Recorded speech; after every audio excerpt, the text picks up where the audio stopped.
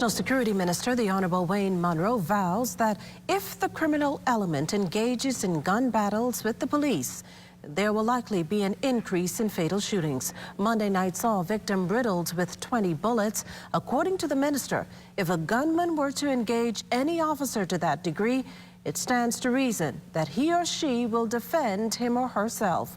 This as Munroe reiterates plans to increase resources for the police.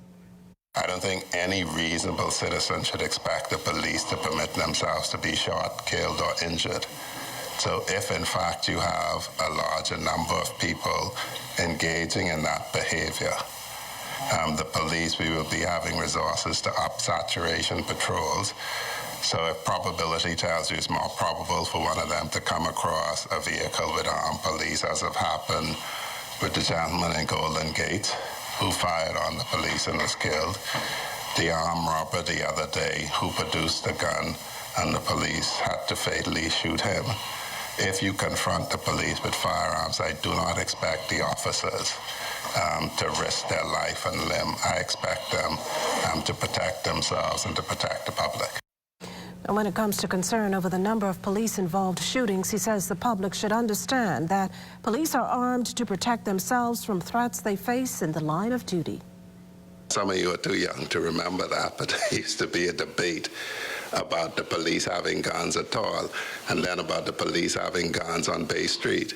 We don't debate that anymore. It is clear that the developments in this country has made it such that nobody questions the need for the police to be armed in order to discharge their duties.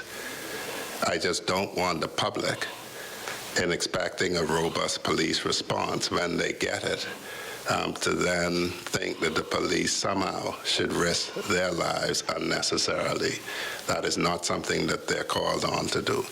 They're called on to risk their lives by putting themselves between the gunman and us. But they're not called to risk their lives by not returning fire if they're fired upon.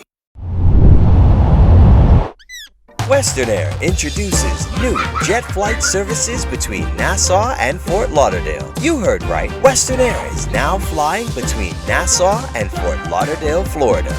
Whether you're flying for business, shopping, or taking the family on a quick getaway, Western Air is at your service. Less flight time, more you time. You bring your family, you bring your crew, and we'll bring ours. Western Air, we'll take you there. Now jetting to Fort Lauderdale, Florida. Ladies and gentlemen, welcome to Fort Lauderdale.